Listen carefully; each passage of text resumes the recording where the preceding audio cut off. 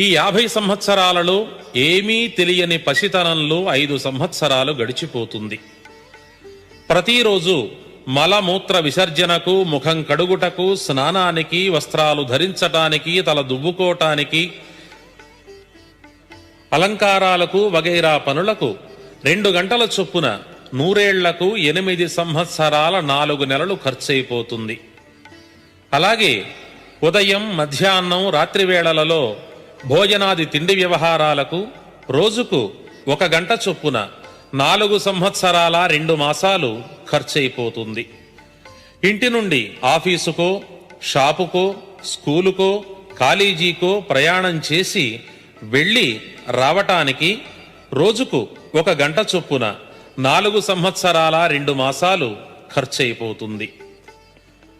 ఇదే పక్క గ్రామం నుండి వెళ్లేవారైతే మరికొంత సమయం అధికం.